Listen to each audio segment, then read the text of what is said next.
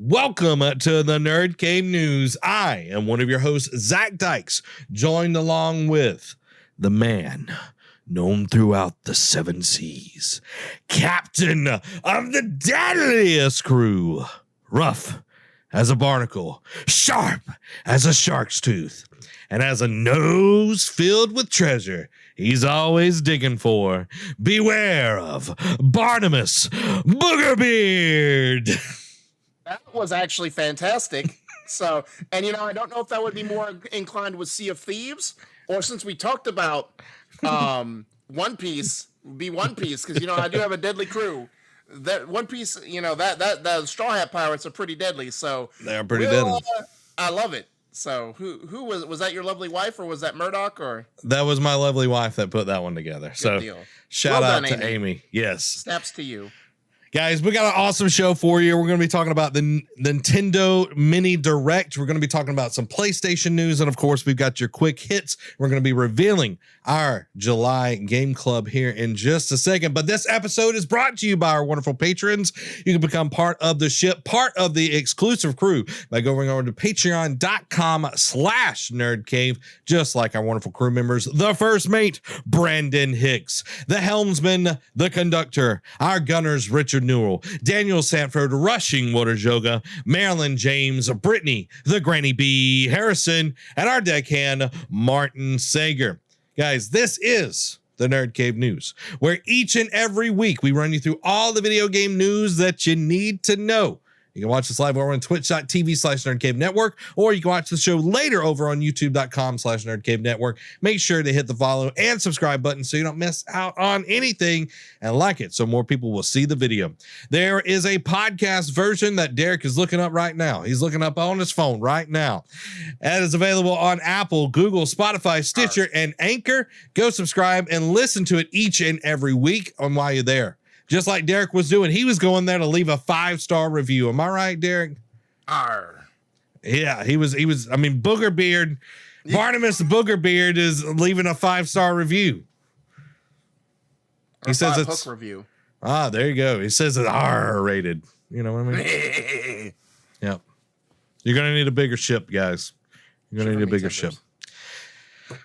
June is done, guys. We're here. June is done. We're getting out of Naruto, and we're getting into something else. Our July Game Club game is A Plague Tale: Innocence. You can get it over on Game Pass, completely free. You can play it on PC. You can play it on PlayStation. Game Pass is where you can get it for free. So, guys, we're gonna be playing that for this coming up month. It's story based and everything. I'm really, really excited about this game. It's a game that I've been wanting to play for a long time, but never got around to it. It just never happened. So, especially since we saw it unveiled last year, and we've been seeing more of it here lately because it's got a release date. But seeing A Plague Tale Requiem, and I've heard, like you said, really good things about Innocence. So now it's time that we give it an old 1-2, because if we like it, we might make Requiem our Game Club game of October or November. It depends on, I forget, I think it's like middle of October, so we might do like the Horizon thing where we probably start playing it in October but make it a November game. And, we'll work out the kinks.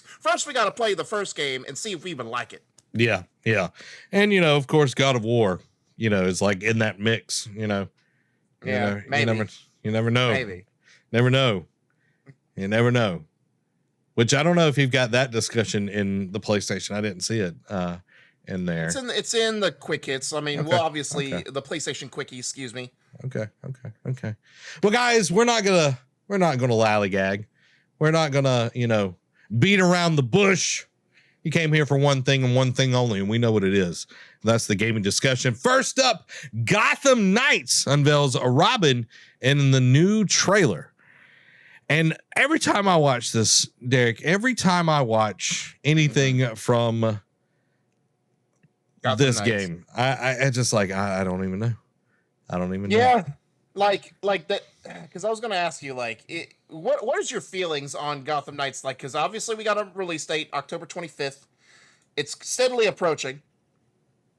When it first unveiled, Court of Owls storyline, I know you love Court of Owls. I've been intrigued by the story. I've seen different iterations of it. I know the terrible Gotham TV show did a Court of Owls thing. It was actually not that bad, but at the same time, they didn't do it justice either. So I've always heard really good things about the storyline, but seeing the gameplay lately and like the graphics and whatnot is like, it looks okay. The smart thing is they dropped the last gen versions, so yeah, definitely. For me, it makes me. I'm trying to fix this while we talk. Sometimes this thing like hurts me. It makes me hurt inside. Come on. Whatever. We'll make it work. I don't know. Like sometimes I'm just like, is this game going to be any good? You know what I mean? Is this game going to be any good? Or will it be a dumpster fire? Probably that. Let's watch this. Let's see what we got here.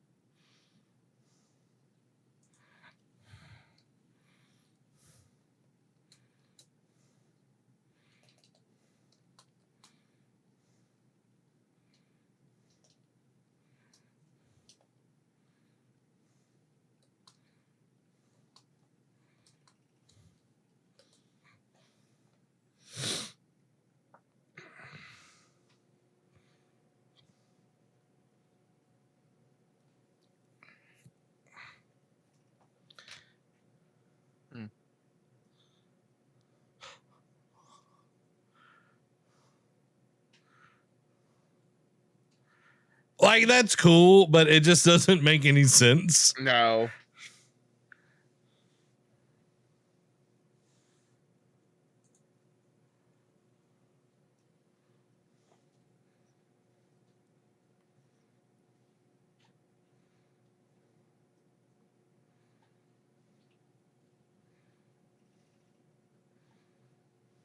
I know you can change the armor, but why did he look like some type of like Shaolin monk with that?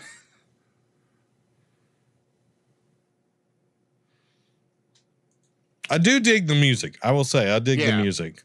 For sure. So Derek, thoughts? You know, I hope that, it seems like with these 4 different characters, because it's like Batgirl, Red Hood, Nightwing, and Robin, each of them are going to have their own distinct play styles. This one, like, obviously I know, yes, Batman, like, and the Bat characters are reliant on gadgets and being stealthy, like sneak. But Robin seems like, if I had to compare it to like an archetype, like the rogue archetype, where he like relies on tricks, he wants to get around, like he's not like he doesn't want to be flashy, but he wants to get in and out of there in a flash, like just do cleanup or get to his objective and be done with it. So if I had to compare it to him, he's like a rogue archetype. Yeah, I don't know. Like I'm assuming this is, I don't know which one this is. I don't know if this is Damian Wayne or if it is I was reading something earlier yesterday, I want to say, that this is the 3rd Robin. Okay. So I think Tim Drake. Yes. Yeah. Yes, because Jason is the one that gets. Yeah, Jason's the second one, and we all know Dick. Yeah, Grayson. Yeah, so Tim Drake, which like in this universe, I guess like him and Talia didn't have Damian or whatever, but it would have been way cooler to have Damian as Robin. Yeah. Because then it would have been like the familial part of it and everything. Exactly. I don't know, like the game just does not look as polished and clean as the other Arkham games. Not everybody loved Arkham Knight, but like the polish on Arkham Knight was amazing. Oh yeah, 100%. And let's be clear, not a lot of people like the constant Batmobile gameplay of Arkham Knight. Arkham Knight out of the Batmobile, fantastic. Yeah, if they would have shipped the Batmobile in the special edition, then it might have been different. Why you gotta keep opening that old wound? I just keep opening up. October 22nd, 25th. 25th. Like, yeah, I'll play it. You know what I mean? Yeah. If Derek buys it, I'll play it. Yeah. If Derek buys it, I'll play it. If it comes to Game Pass day one. Yeah. I don't think it will. I don't think it will either because I think I don't think it has had like a marketing push for either one of them. So Yeah. Yeah, I don't know. Like these trailers don't make me like, oh man, I can't wait to play. Like, you know what I mean? Like when you would see like Arkham, you'd be like, man, I can't wait to be Batman again. Yeah. I can't wait to jump back in there. This is like, it feels like kids playing at, being superheroes. Yeah. You know what I mean? And well, if the rumors are true that Hogwarts Legacy is also coming out around October, then all bets are off. That's going to be, which wouldn't make a lot of sense because both of them are WB. Like, why would you why are you playing an EA here and cannibalizing your game? So like if Hogwarts came out like at the November or the beginning of next year, like November, like having a month between it, I think that's enough time. Like people consume games quite fast these days and everything. So, I think November is a good enough push. And then that gives you like November feels more of like a Harry Potter time. You know what I mean? Exactly. Yeah. Because up until the last couple ones, they always used to come out around November. Yeah. And I think ironically, up until this last one, Fantastic Beasts came out in November as well.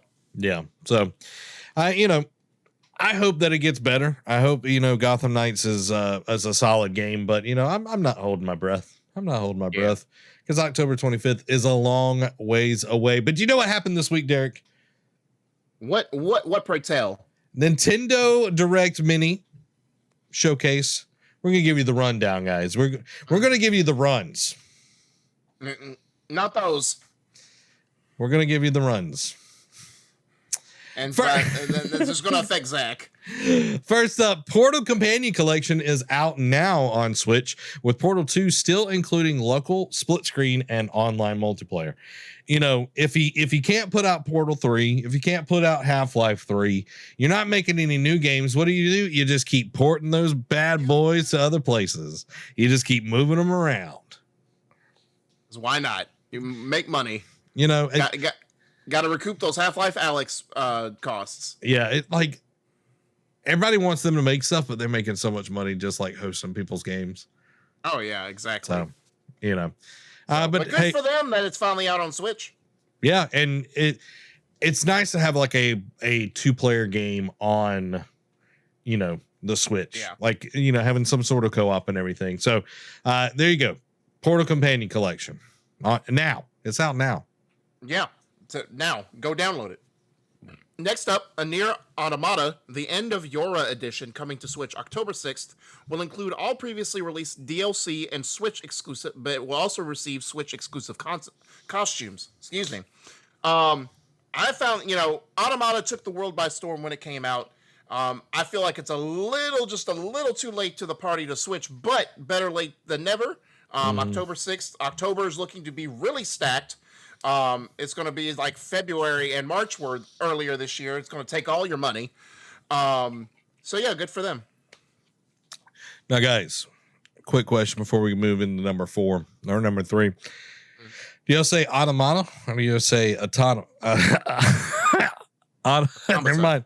Automata. Y'all put it down in the chat. Y'all let me know how you say it. You put it down in the chat. Orochimaru. Or as you would say, Ororimachu. Ororimachu. Bless you. Square Enix announces Harvest Stella, which combines a fantastical RPG worlds with lifestyle sim gameplay of Stardew Valley. It's releasing November 4th. That was cool. I mean, the buzzword of Stardew Valley, like Stardew Valley is a very popular game. And when you add Square Enix, they always want to do their RPG and they always want to make it like, I saw the trailer. They want to make it Final Fantasy-esque type thing. So the threat is like, oh, it's a world-ending threat. I'm like, can I just harvest my crops, please? Do you have to include a world-ending threat? It's Square Enix. It's got to have a threat. I'm about to say you can't just put out a game and not be serious in some aspect. Yep. But something that's not serious is our next one. Super Bomberman R2 announced for 2023 includes new castle mode that lets teams of up to 15 players blast their way to a treasure chest while one player plays defense to try and stop them. You can also create and share custom battle stages. I don't remember if this was one of the ones that we missed that was on the quick hits, but I did put in there one time that the Super Bomberman R, the servers were shutting down, and there was a rumor that it's like, oh, but have no fear because a sequel's going to be announced and everything will be okay. It's now officially a thing. Never played the original. Good on them that they're making a sequel. Yeah, it gets to live on. Just like Live a Live demo is out now. We'll let you play 3 chapters: Imperial China, Twilight of Edo, Japan, and the distant future. Ooh. So, and it's got that like high definition 2D, 2.5D art style, in the vein of like an Octopath or a Triangle Strategy. So, well, maybe more Octopath, but it looks cool. Never heard of it. I know it was, I think, one of those like cult classic games, but maybe. Ain't my thing. Just like the next one is not my thing either. Of course, we all know that from the Xbox Bethesda showcase that Minecraft Legends is a new thing. It's a new like action strategy game. They showed a new trailer at the Switch Mini Direct. It's still coming I think it's coming 2023 for all consoles, but specifically for the Switch, it'll be 2023. Yeah, just reiterating that Minecraft's everywhere. Yeah, but my server is blank. I see what you did. Like, there you go. Blank lets you play as a wolf cub and a fawn. Derek, you get to be the fawn because I'm the alpha dog. Oh, who must? You alpha something. You must work together to find their way home in the snow.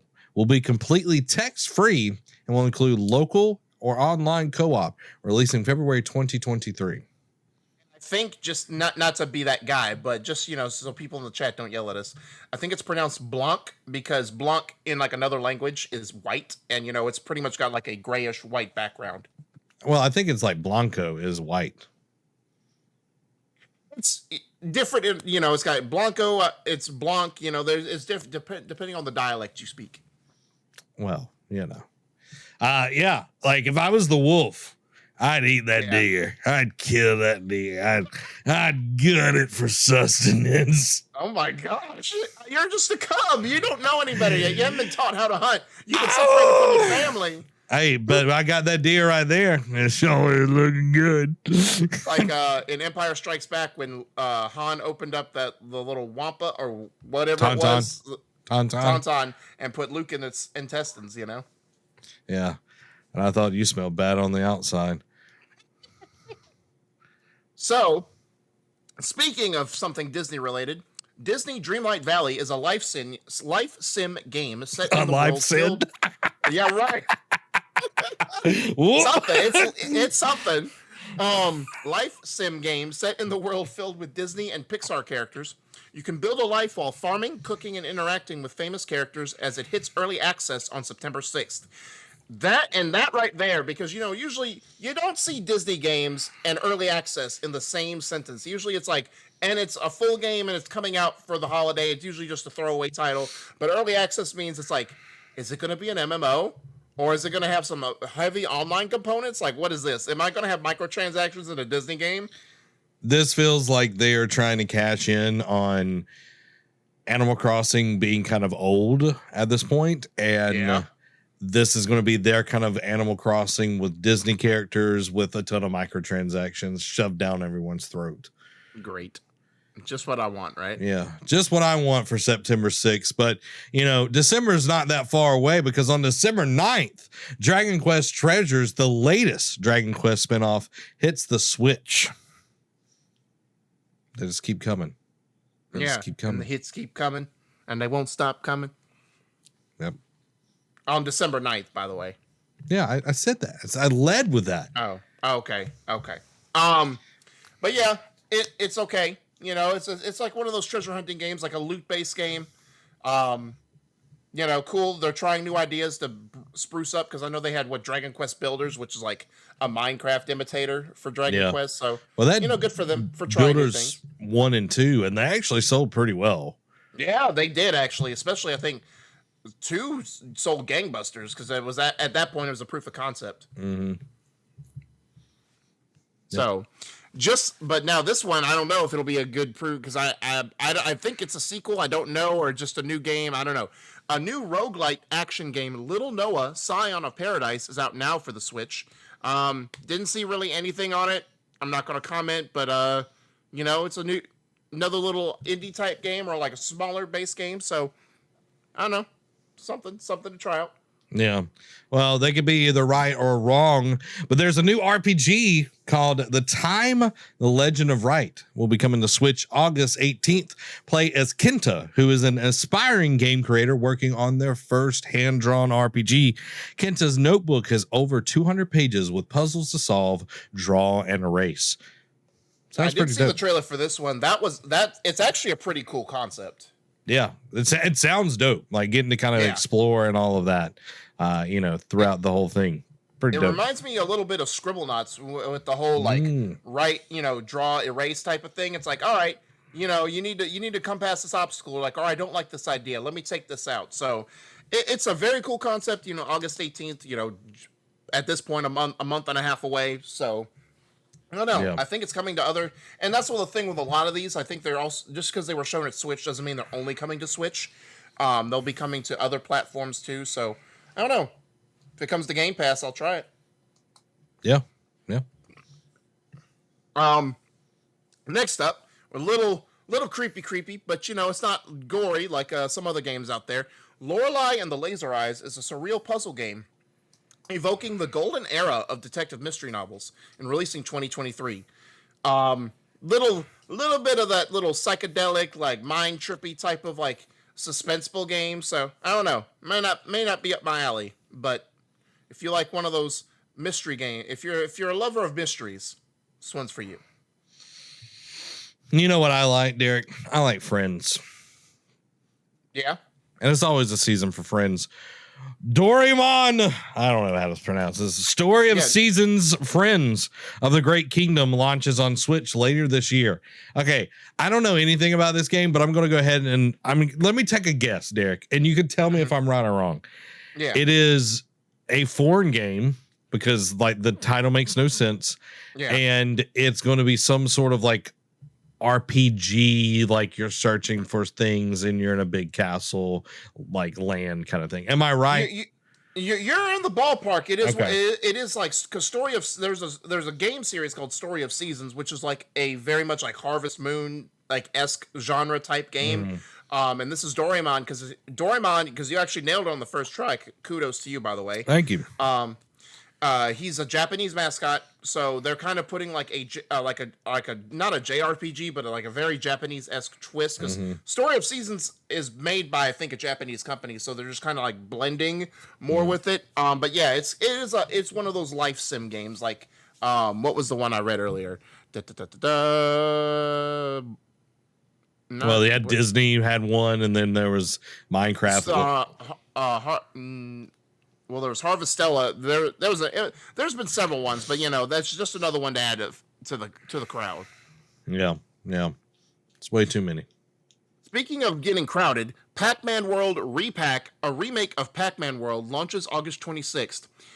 Good for them for bringing this back, but I have not heard when it first came out. I did not hear good things. Like they did a sequel, so it did sell enough, I guess, to warrant a sequel, but Pac-Man World, I don't think is one of the better ones to play. Yeah, I feel like Pac-Man's really going off the rails, but you know what's saying on the rails, Derek? Railgrade, whatever. A rail management game comes to Switch this fall. I'm assuming this is a train kind of game or something. Yeah, you're building railroads to like help, to keep the economy and the business booming. I would put rails like going through people's homes to terrorize them. Like even if like I would hack the game so I could do that to see like the little people like running out of their houses and terror. Yeah. That's just me. That's just me, Derek. That's you, because that's you and your inner Sith overlord. yeah. You know, But you know what else? But you know what's more like up my alley? Captain Velvet Meteor: The Jump Plus Dimensions launches July 28th. Play as Damien, a young boy who has moved to Japan and has no friends. He chooses to live in his imagination as a superhero and team up with his favorite manga characters. So this sounds like something definitely up my alley because it's got manga/anime characters in it, and you know he's moving to Japan. You know that lifestyle since I just subscribed to those awesome like Japanese snack box subscriptions. So Derek, is it because you have no friends? no, I'm sure. Well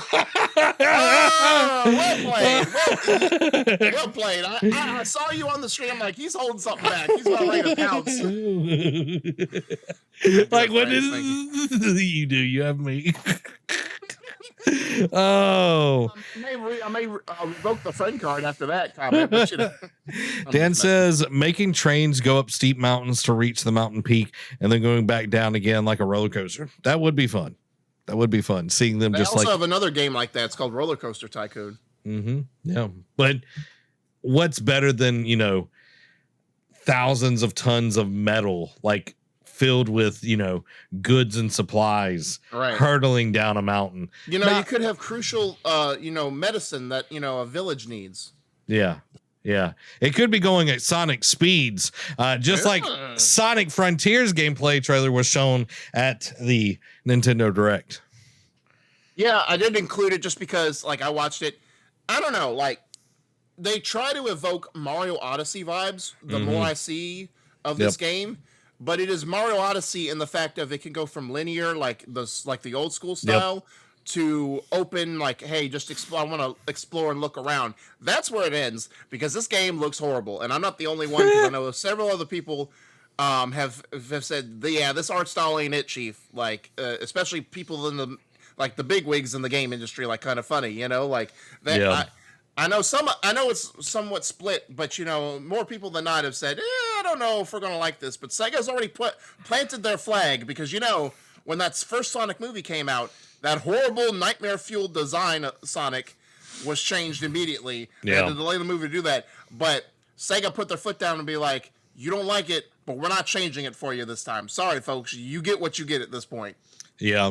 Which me and Amy watched Sonic for the first time. It's over on Amazon Prime. So anyone that has Amazon Prime, you can watch it for free. We watched it and the movie's great. Have you watched it, Derek? Yeah. Okay. I didn't watch the second one. I haven't watched the first one. First one I loved. Yeah, like everything about it was great. Like the humor, the pacing, Jim Carrey, Sonic felt right. And it wasn't so much like so many times like when there's like gaming stuff or like comic books, like they have to explain why can he go so fast. It was like, no, he's just special. He can go fast. He can go super fast. You know, like Jimmy John's. Exactly. You know, so I liked it. So I enjoyed it. You know what people used to also enjoy? Monkey Island back in the day. And Return to Monkey Island is coming to consoles, but it will first come on Switch this year. So it'll be a timed exclusive for the Switch. Don't know. They didn't say when the other versions will come out. Probably beginning of next year. But Return to Monkey Island, if you like the originals, get it first on Switch. See, I've never really cared for point and click games. It's never been my thing. I've tried Grim Fandango. I've tried other things, you know. Telltale games. Telltale's fine. That's not necessarily point and click. Because the old point and click are very they seem very obtuse in their game design and like the puzzles that you're solving and everything. Murdoch says Monkey Island games are free for Prime Gaming. So there you go. Ooh. Or they were not sure if they still are, says Murdoch. So you can check it out. If you have Prime, you got Prime Gaming and everything. Yeah. You know, there's a lot of things on Monkey Island, Derek, but Monster Hunter Rise Sunbreak has revealed a roadmap. There's going to be a free title update featuring the seething Basil Gessi or whatever. I don't know. Basil Geese. Nope. Gessie. His name is Basil Gessie. And we're released in August with more free updates coming in fall, winter, and 2023. Now, Derek, I've tried the Monster Hunter. The one that came to Switch looked pretty good. The one that Monster Hunter World was pretty dope as well. It's just like I never really got into it, and it's like I feel like you have to commit to Monster Hunter. Like it's either like all it is that in, old school RPG grind-a-thon. So yeah, it's either you're all in or you're not. You know what I mean? Like there's no dipping the toe in. As a wise Jedi Master used to say, "Do or do not. There is no try." Yep. Only one could hope for better things. Yeah, well, there will be a hope later in the fall with Mario plus Rabbids Sparks of Hope gets a release of October 20th, and it introduces Bowser as a playable character. They also did like a gameplay deep dive yesterday for about like 7 minutes or whatnot. So they went just to how more free flowing the gameplay is. Looked really cool. I know Mario plus Rabbids Kingdom Battle, the first game in the series, when it was announced, we both like eye rolled, groaned, so hard because it's like, why would you include Rabbids in this and make it turn based? But then we saw the combat, and it's like, you know what? The little strategies you can pull off actually looks pretty dope. And they just kind of expanded upon this in Sparks of Hope trailer. So October 20th, not that far away. So yeah, I really enjoyed the first game. There was a lot of depth, which I was not expecting. It reminded me a lot of a cuter, more not necessarily like gameplay friendly, but friendlier looking version of XCOM and everything. And I really enjoyed it. So I'm looking forward to seeing what the battles and what kind of legacy they can set up. Just like Mega Man Battle Network Legacy Collection has been announced for 2023. Will include all 10 games, a new art gallery because you love that art, a music library mode, which, of course, if you've never listened to Mega Man's music, some of the best music that is out there for video games, and will be sold in 2 parts if purchased digitally, which I don't think is a good idea. But anyway. No, by no means. Like if you mean like a day apart or whatever, that's fine. But if you're like going to put up part 2 like a month after, that makes no sense whatsoever. Good for them. I know people have been wanting the Battle Network collection for a while now, and it's good because the show was pretty popular as well. So I'm glad that they're finally getting this chance, albeit beginning of next year. Man, October and beginning of 2023 is like stacked. Like rest in peace to everyone's wallets. Yeah, wheeling, dealing, and kiss stealing. You know what I mean? Wheeling, dealing, and kiss stealing.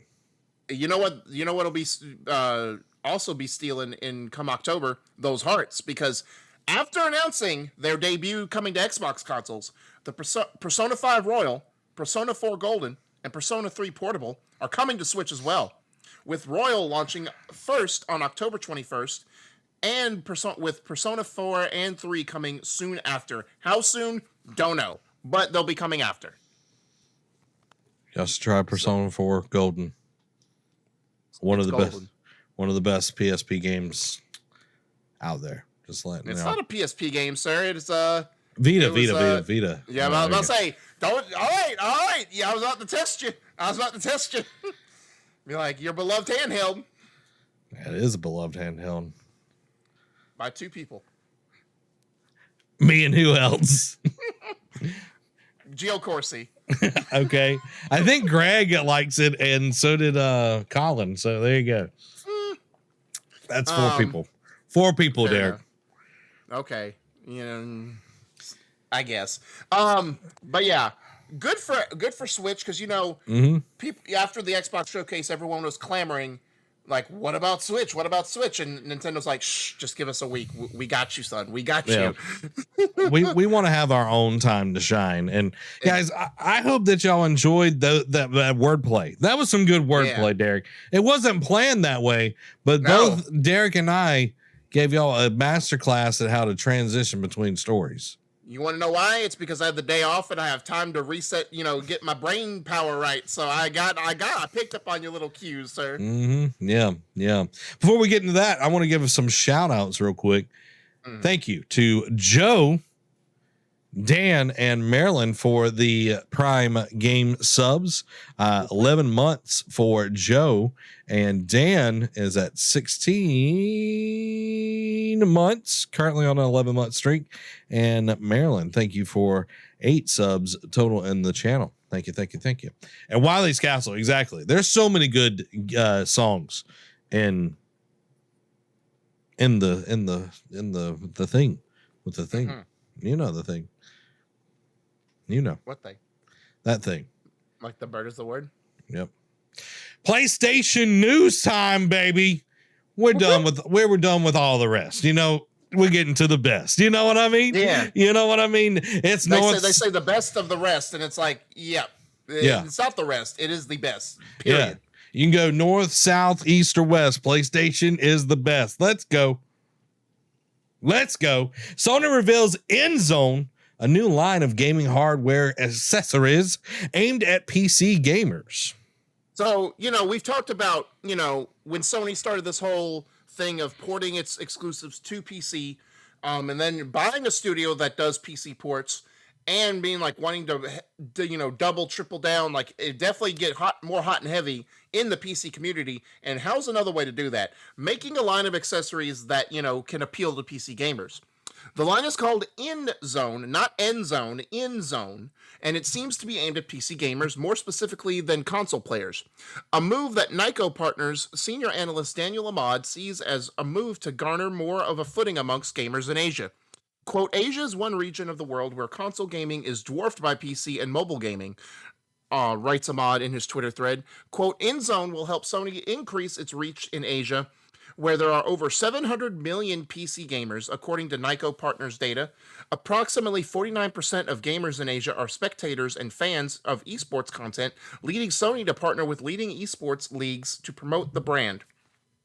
The monitors are the InZone M9 and the InZone M3, and which monitor you may want to grab will depend entirely on what you want out of it.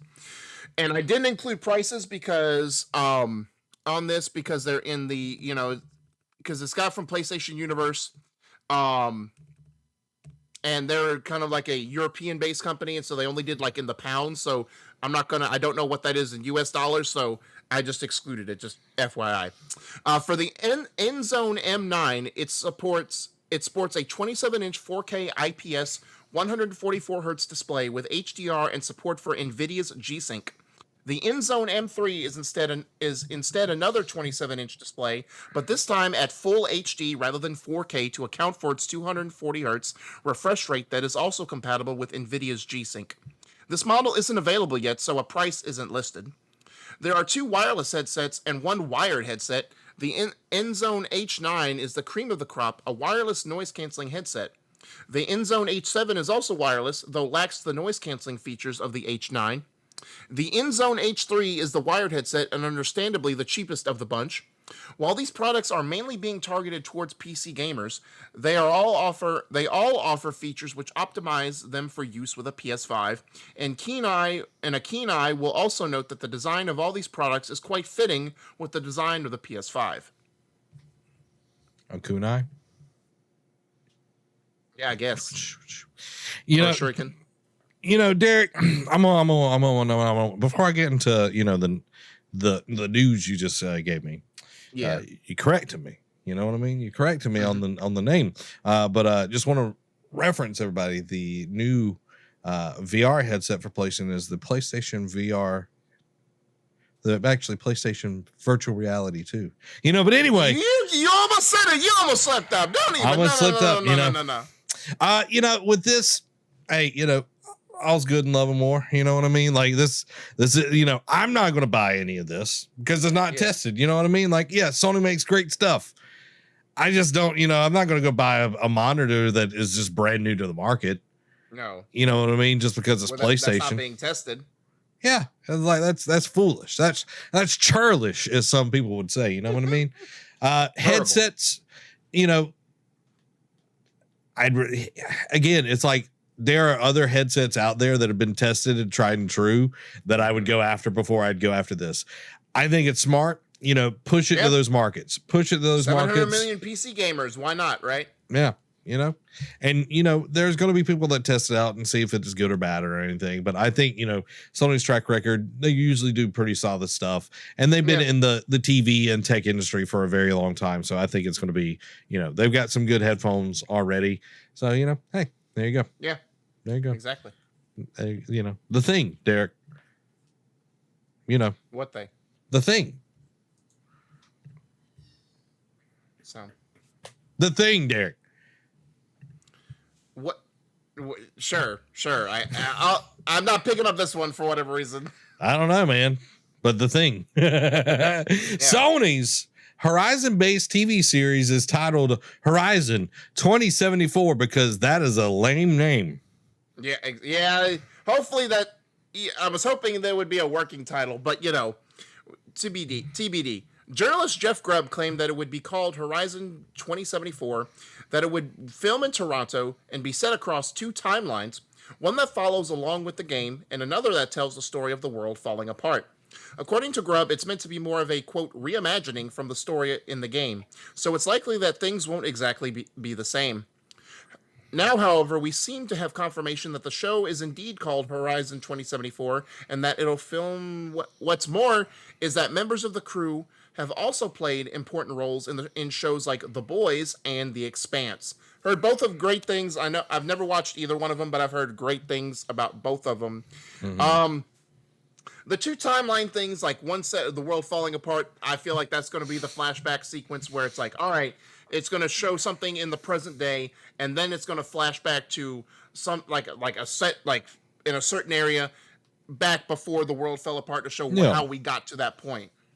You know, and like for me, if they take the game, okay, because you're constantly putting things together, you're constantly finding, you know, stuff for your focus to show like hollow projections and everything. Yeah. It'd be dope. It's like, okay, Aloy, they need to make Aloy the main character. Let's just be honest here. Yeah. Like making anybody else the main character is going to kind of fall flat. I think that's kind of a harder thing to sell if you do Aloy, because people are going to expect a certain look and all of that kind of stuff. But I think that makes way more sense because she is the savior in the timeline. So is Elizabeth.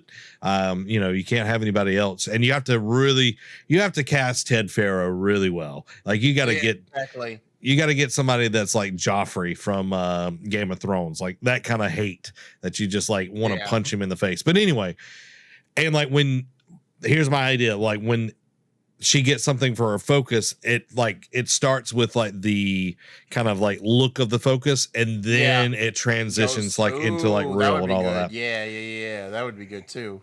Yeah. So I think that would be cool. Like for me, the name sounds very kind of like generic title for, you know, like The Day After Tomorrow or The Big Chill. You know what I mean? Like it's not that like super like you know what I mean? Yeah. It sounds like they just picked it out of a hat, and it's like, all right, this is what we're going with. Yeah, 100%. So could they have done Horizon Zero Dawn? Yeah, I think they would have had market, you know, place there and everything, but I like to the wider audience, I don't think it would have, you know, really mattered. But Horizon 2074, this feels kind of bleh. Doesn't roll off the tongue as well. Yeah. Which Horizon Zero Dawn, because we've said it so much, rolls off the tongue. But Horizon 2074 just sounds like, you know what I mean? Right. You know and to be honest, like obviously, you know, it didn't have like Horizon. It was Horizon Zero Dawn, Horizon Forbidden West, and we have Horizon Called the Mountain for the VR. So having a year in the title is not like drawing comparisons for people who aren't in the know, who want to like, because you know, a lot of times when they do media, they want to try and correlate with the other form of media that it's known for. So if you want to draw people to the game, calling it this is going to just let people know it's like, I don't know what this is. Like this has no correlation to you know, the game to me. You just looked at it a blind glance. Yeah, because Last of Us is going to be called The Last of Us. Right, exactly. No change in that, but yeah, it'd be like calling a Superman movie Dude in Blue Tights. Right. What does that mean? You know, it's like, or Man with Red Cape. Yeah. Nate says maybe it will be better than the Halo series. I haven't watched any of the Halo series, but I know that it's garbage. Yeah. You want to know why, Derek? You want to know why? Because Master Chief takes his helmet off in the first episode. Boom, right there. But you know what's better than the Halo series? Getting to these PlayStation quickies. Yeah. So to start off, a little bit of some good news for all you people out there still looking for a PS5. PS5 shipments to increase as chip and component shortages reportedly ease. Good on that. Looks like we're finally looking up, maybe. PS Plus PS1 games will receive option to switch from 50 to 60 hertz in the future. Super Stardust Portable joins the PS Plus premium PSP games lineup. Final Fantasy 16 news. Final Fantasy 16 lets you equip items to make combat easier for less experienced players. Final Fantasy 16 will utilize fully AI-driven party members during combat. And Final Fantasy 16 is pushing for a mature rating, says the developer. Excuse me. Some exclusive news.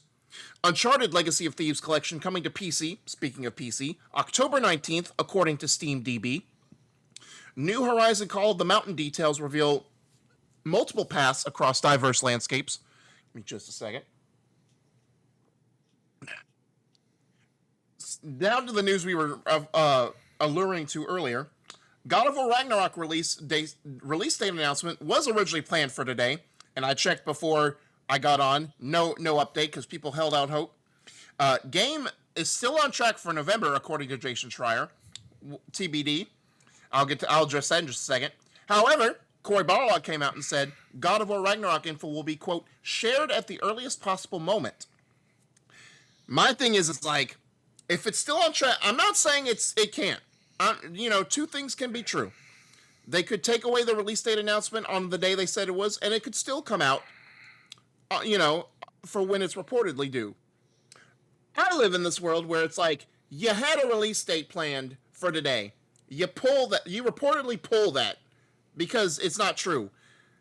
Because it may be in the best interest of those, with a bet on the line, that they say, we're not ready, we're not fully committed to November because we plan on delaying it. Okay, so here are my thoughts. When I read this, I was like, this is very strange. Okay. There's been a lot of things going on in the world. A lot of people having certain views on different things, especially in the US and everything. And a lot of times game companies will delay saying anything when there is big cultural moments going on to not take away from those cultural moments. So I'm going to call that's what's going on here, so they can focus on those cultural moments. Once that is eased away, they're going to announce God of War, and they're not just going to announce, oh, it's coming out, blah, blah, blah. They could be doing something even bigger. You know what I mean? This is not part of the bet. This is not part of the bet, Derek, but, we could include it. No. Like, because you lose on this one. On this one, because this is like pie in the sky. Yeah. They do a date, and it's the day they say it's announced. It's like, it's out today. It's out now. Oh, yeah. No way.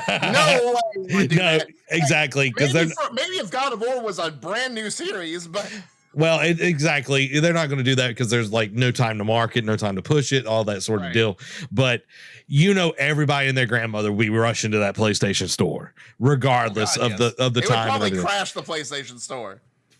So that's what I actually really feel. I think it is because of everything that's been going on with, in the country and everything. They are, game companies have been known to push things back because of cultural things that are going on. Mm-hmm. And I don't think they want to say that out loud because, there is a lot of division on that. But it's also like, not to cut you off, I think it's also because it's like, it has no, like, the game content that we know of, what we've seen of Ragnarok, has no ties to any of the current state. Because, a lot of games like what was it, Stalker 2, they're based in Ukraine. They push their game back because of all that's going on in there. So if it directly correlates, they'll definitely say it's like, hey, right now we did it. But, God of War has nothing to do with any kind of, like, content going on. So it's better for you not to say anything. You know what I mean? Yeah, so I really do think that they pushed it back because they didn't want to get in the way of any kind of discourse or anything that's being said or anything like that. I think, in the next month, we will get a release date. Okay. You did a typical Zach thing where you took the high ground, and I can't argue against it. So you know what? I'm gonna let you have this tiny victory. But at the end of the day, it's gonna be me enjoying that juicy Five Guys burger. Well, you're going to be eating one as well. I'm not a madman. I'm not going to be mean and say only the victor can eat, one. So I'm not going to make you watch me just eat a hamburger and you have to just eat peanuts. Like, that would be cruel and unusual punishment, Derek. You are benevolent. We could. The loser has to eat a salad while the other one eats Five Guys. I like salad though, so you know what? It's not a loss for me. Yeah, but it's like the juxtaposition between eating a salad and eating Five Guys. But I'm not going to do that, Derek. I love you too much. I could be really mean and be like, all right, if you lose, you have to have cheese on your burger. Nah, that ain't happening. I'll just tell you that. No. That ain't happening. But God of War is so far away, but I hear you warming up on the speed bag, Derek, because you're ready for them quick hits. Start off, Marvel's Avengers Jane Foster DLC is out now. That dead horse has still got life in it, I guess. Sega reveals Hyenas, a new multiplayer FPS from Alien Isolation team. Rumor, Disney Plus show in the works featuring Jedi Fallen Order lead Cal Kestis. Boba Fett, off the back of that, Boba Fett actor Tamura Morrison teases a new Star Wars game, maybe a bounty hunter game. Can we see a spiritual successor to the never released 1313 idea? We'll see. No Man's Sky comes to Switch on October 7th. Speaking of a stacked October. Xenoblade Chronicles 3 expansion pass announced. Yuji Naka confirms Michael Jackson was involved in Sonic 3's soundtrack, and I think this was in relation to because Sonic Origins recently released, so I think they were just giving a little peek behind the curtain from back in the day.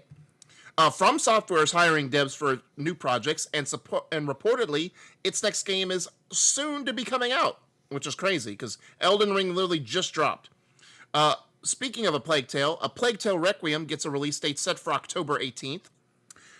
Some surprising news. Activision Blizzard shareholders vote to keep Bobby Kotick on board of directors for another year. Which, actually, no, it's not that surprising because I think they said middle of the year 2023 when this deal will go through. So that would line up, technically. So maybe not all is lost. Following that, Blizzard confirms Overwatch 2 will completely replace the original game at launch. Halo Master Chief Collection could add microtransactions soon. There's your favorite buzzword, Zacharoo. Xbox Cloud Gaming finally gets mouse and keyboard support. AMD's Fidelity FX Super Resolution 2.0 is now available for Xbox Series X and S and Xbox One developers. Some Ubisoft news. Ubisoft CEO Yves Guillemot is taking a large pay cut. Two rumors, both about Skull and Bones Murdoch. First rumor is Ubisoft will showcase Skull and Bones next month, or at this point this month in July. Another rumor, Skull and Bones, release date is set for November 8th. Ubisoft will be officially attending Gamescom 2022. Now into some EA news. Rumor, EA will be unveiling new FIFA, new Need for Speed, and Skate games in July. Skate 4 playtest reportedly set for early July ahead of re-reveal.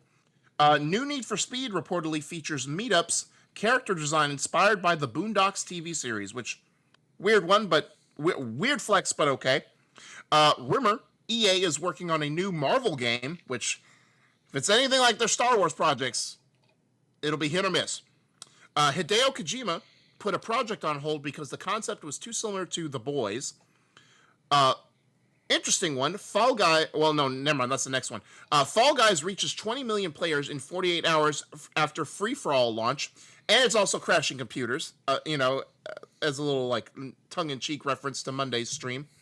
Fallout London, a DLC-sized mod for Fallout 4, gets a new trailer and 2023 release window. Apple's long-rumored VR/AR headset may include the M2 chip. Steam Deck production doubling next week as Q3 reservations start to be fulfilled. Some more Activision Blizzard news. Spellbreak will shut down its servers early next year because of the next one. The studio Proletariat has been acquired by Blizzard and will help with work on World of Warcraft. Legend of Zelda creator Shigeru Miyamoto apparently cringed when he first saw Wind Waker art style. Creators of Star Wars Galaxy of Heroes announces a new combat RPG, Legions and Legends. Stranger of Paradise Final Fantasy Origins Trials of the Dragon King DLC will be out July 20th. The next Monster Rancher game, titled Ultra Kaiju Monster Rancher, is, as you guessed it, all about kaiju, and it's coming this year. The Fire Emblem mobile game has reportedly made $1 billion with a B. Some other mobile news. Niantic undergoes layoffs, cancels 4 games as it struggles to move beyond Pokemon Go. However, they do announce NBA All-World from Niantic. Persona 5 Royal to reportedly include 45 DLC packs. Good lord. It's the end of the month, guys, which means next July is fast upon us, which means new free games for Xbox and PlayStation. Starting off, Xbox Games with Gold for July includes Beasts of Moravia Island, which will be available all month. From July 16th to August 15th, you'll get Relicta. From the 1st to the 15th, you get Thrillville Off the Rails. And from the 16th to the 31st, you get Torchlight. For the PlayStation Plus games, will include Crash Bandicoot 4, It's About Time for the PS5 and PS4. Arcade-Ageddon for PS5 and PS4. And Dark Pictures Man of Medan for PS4. Oh, man. So here are my takeaways and the quick hits. The potential Star Wars game with Boba Fett. I know we've got 1313 that got canceled. It would be dope to see that sort of like spiritual successor. And also, like back in the day, we had a bounty hunter game with Jango Fett, which Tamora Morrison played Jango Fett in that.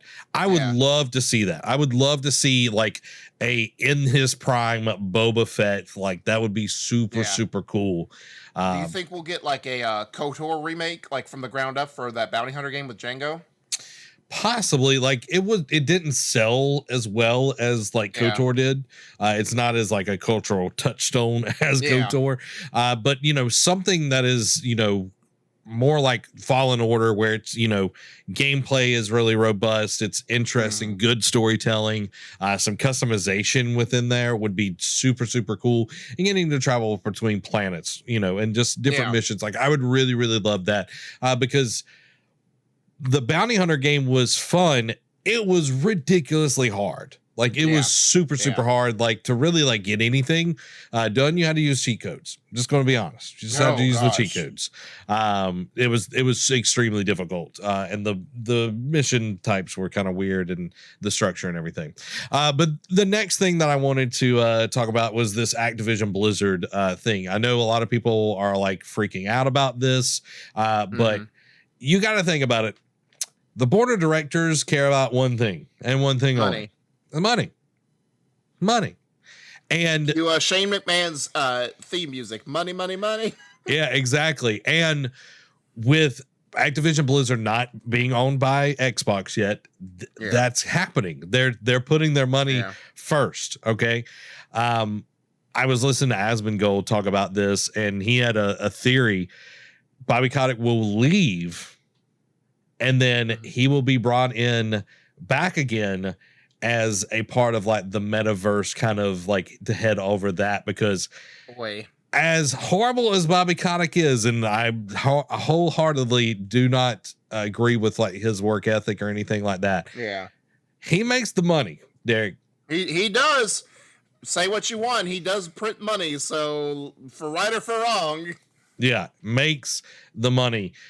So we'll see what happens there. But I think if Bobby Kotick doesn't come back into Xbox in some shape, form, or fashion, another company, I'm looking at EA, he's going to get somewhere. He's going to get somewhere because He clearly knows how to do it. Or a struggling company, like another company that's been top dog, but has been struggling over the recent years. Ubisoft.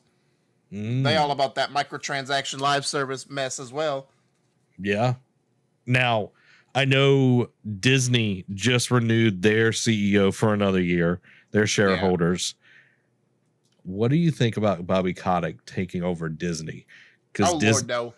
Disney has lost 50% of its like share value in the last year. Wow. Yeah. Not that I want it. Not that I want it. No, like they already get enough of our money. But you going from the 8th to the 9th circle of hell on that one. You know what I mean? Like Lord have mercy. Like it's you out of the frying pan into the fire. I know. Like, I know. And I meant to say this earlier when you said it, but it's like Bobby Kotick prints money. I'm like, yeah, because he doesn't pay his employees. That's why he's able to make so much money. Yeah, pretty much. Another CEO, Yves Gilmoy, whatever. Yves. Gilmoy. Yeah. Oh, Yves. Taking a large pay cut. That's interesting. Yeah, I know. That's very interesting. Like, that's also why I brought it up that Ubisoft could come for him too, because it's like if Yves has to take a pay cut, what's going on behind the scenes? Because for the longest time they were fighting off Vivendi purchases, and when I remember we covered that, and we talked about it wholeheartedly, like how we felt good for them that they didn't have to worry. Yeah. They got that monkey off their back. But now it's like, are they hurting worse than we think they are? Because like I said, used to churn out bangers, and now it's just like meh. Like Far Cry 6 was apparently good. And Assassin's Creed Odyssey was amazing, but it's like recently it's like I don't know. Sparks of Hope, I hope, gets them back on track. Well, it reminds me of when Iwata, Satoru Iwata. Yeah, when he was over Nintendo before he passed away, when the Wii U was doing very, very poorly. Terrible. He took pay cuts so other people did not have to take pay cuts.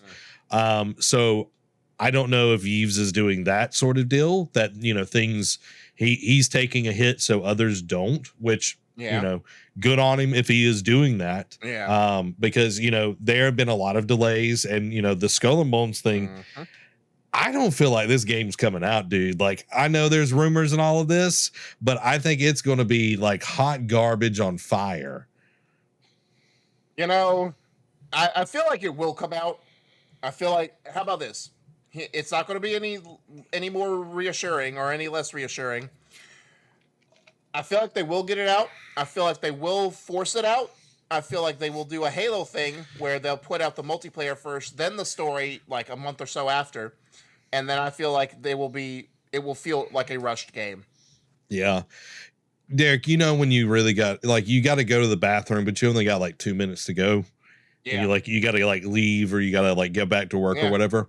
And then like you're like I'm talking about like you have to I'm going sit there for a while. Yeah. You know what I mean? But like you got to force it out. That's what this game is going to be. There you go.